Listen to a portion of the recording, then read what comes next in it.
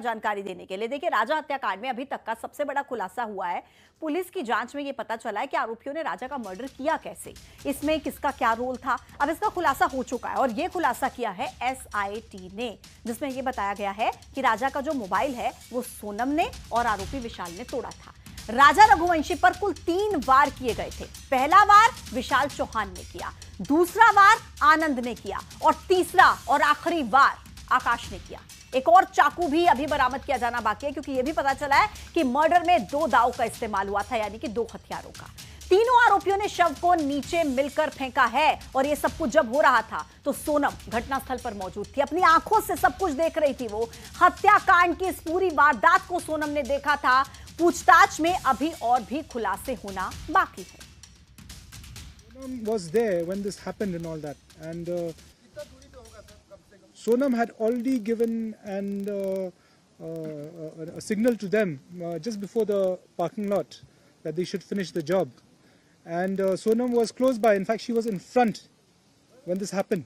Sonam was in front, Raja was behind, Vishal was to the right, Akash was just to the behind but to his left, and Anand was to his right or to his left. When the first hit was given by Vishal, and the blood came out and he had fallen, which we have reconstructed that, she ran off from that place because he was screaming. So she just moved away from that spot, and the body was thrown by the 3 of them. 2 of them held from the hands and 1 person held from the legs, and he was thrown down. हाँ देखो अभी तो हमने सोचा भी नहीं कि आमने सामने क्या करेगा, बस इतना है कि उससे पूछा हो जाएगा कि तूने बेटा मारा क्यों, तेरे को छोड़ देती, मना कर देती, तेरे को मारने से मिला क्या, ये हमको अभी समझ नहीं आ रहा है। हत्या करी, हत्या कबूल करना कोई बड़ी बात नहीं है, जब उनको मालूम पड़ गया पकड़ा तो गए, वो लोग ही थे, क्यों करी ये समझ नहीं आ रहा। इसके पीछे का राज कौन है?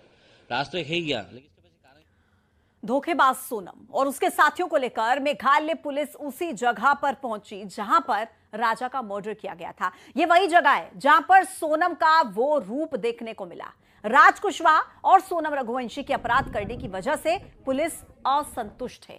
पुलिस का यह दावा है कि असली खुलासा होना अभी बाकी है। यह बहुत बड़ी बात है। लव ट्रायंगल का जो यह मसला कहा जा रहा है, जिसके सबूत भी मिले हैं, उससे पुलिस असंतुष्ट है। मतलब पुलिस के मन में भी यह सवाल है कि क्या सिर्फ इसी वजह से ही शादी के कुछ ही दिनों में एक पत्नी ने अपने पति का कत्ल कर दिया? क्या इतनी नफरत उसके मन में भर गई थी? इस एंगल से भी पुलिस जांच कर रही है।